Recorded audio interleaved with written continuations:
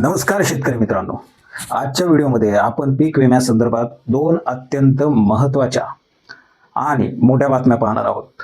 पहिली बातमी आहे यंदाच्या खरीप 2026 हंगामातील 1 रुपया पीक विमा योजनेतील एका मोठ्या आणि शेतकरी विरोधी बदलाची। आणि दुसरी बातमी आहे परभणी जिल्ह्यातील खरीप 2025च्या सोयाबीन विमा परताव्याच्या सविस्तर आकडेवारीची।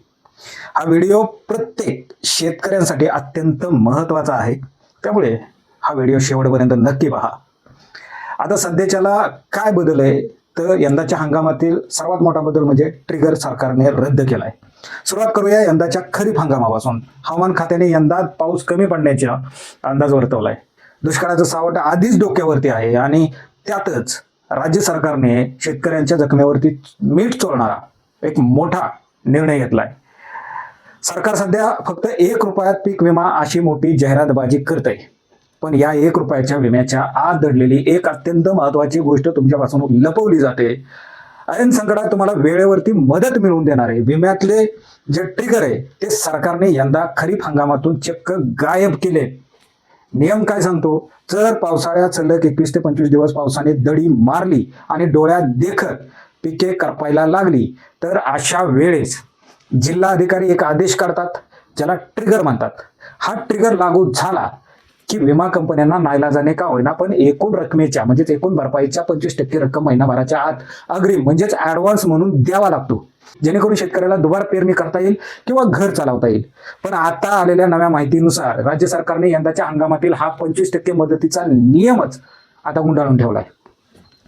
कृषी विभागाने प्रस्ताव देऊनही प्रशासनातील साहेबांनी त्याला चक्क केराची टोपली दाखवली। सोप्या भाषेत सांगायचं तर आता पाऊस नाही पडला आणि तुमचं पीक जळून जरी गेलं तरी तातडीची मदत म्हणून तुम्हाला दमडीही मिळणार नाही, हे लक्षात घ्या। सरकारने विमा कंपन्यांच्या दबावाखाली येऊन हा निर्णय घेतल्याचे स्पष्ट दिसतंय। मागच्या वर्षी सरकारने या योजनेपोटी राज्याच्या तिजोरीतून तब्बल 4500 कोटी रुपये विमा कंपन्यांना दिले। केंद्राचे पैसे धरले तर हा आकडा 9000 कोटींच्या घरात जातो। एवढा पैसा होतूनही कंपन्यांच्या जाचक अटींमुळे फक्त 28 ते 30% शेतकऱ्यांच्या हातात पैसे पडले। आता तर ट्रिगर नसल्याने शेतकऱ्यांना थेट हंगामाच्या शेवटी होणाऱ्या पीक कापणी प्रयोगावरच अवलंबून राहावे लागणार आहे। आणि ते प्रयोग कसे चालतात हे आपल्या सर्वांना माहीतच आहे। आता यंदाच्या हंगामात हे मोठे बदल होत असतानाच आता आपण मागील खरीप 2025 हंगामातील परभणी जिल्ह्यातील सोयाबीन पीक विमा वाटपाची आत्ताची ताजी स्थिती काय आहे ती आता बघूया। परभणी जिल्ह्यात 52 मंडळामधून एकूण 3,64,431 अर्जांद्वारे तब्बल 32 कोटी 86 लाख रुपयांचा विमा हप्ता भरण्यात आला होता।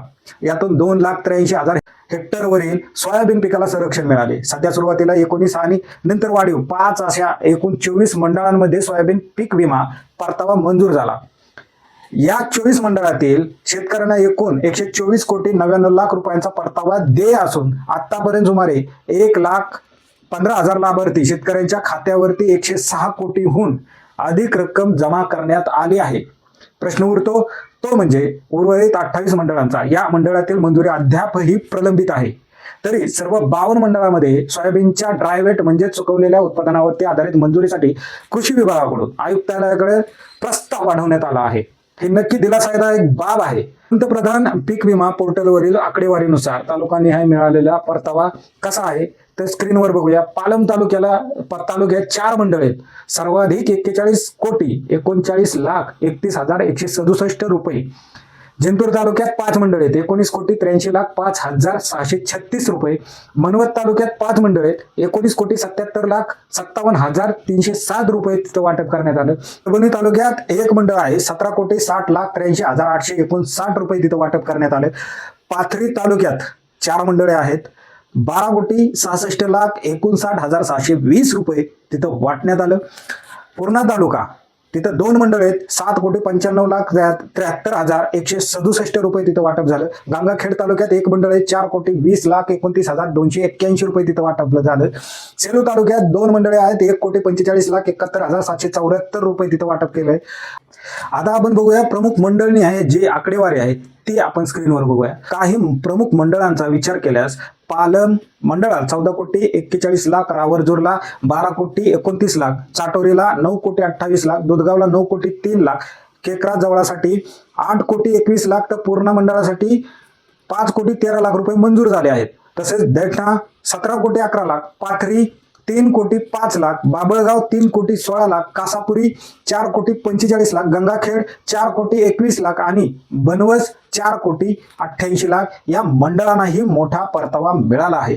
शेतकरी मित्रांनो, ही होती पीक विम्याची आजची सर्वात महत्त्वाची माहिती. यंदाच्या हंगामात ट्रिगर रद्द करून घेतलेला निर्णय असो किंवा मागील वर्षीच्या परताव्याची सद्स्थिती असो, संपूर्ण प्रकारावर तुम्हाला काय वाटतं? 1 रुपयाचा विमा खरंच आपल्या फायद्याचा आहे की फक्त कंपन्यांची घरे भरण्यासाठीचा आहे? आणि हो, तुमच्या खात्यात मागच्या वर्षीच्या विम्याची रक्कम जमा झाली का? तुम्ही हा व्हिडिओ कुठून पाहत आहात आणि तुमच्या जिल्ह्याची स्थिती नेमकी काय आहे हे देखील आम्हाला नेमके कमेंट करून सांगा.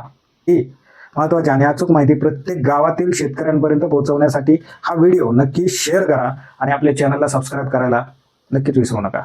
धन्यवाद. जय हिंद, जय महाराष्ट्र.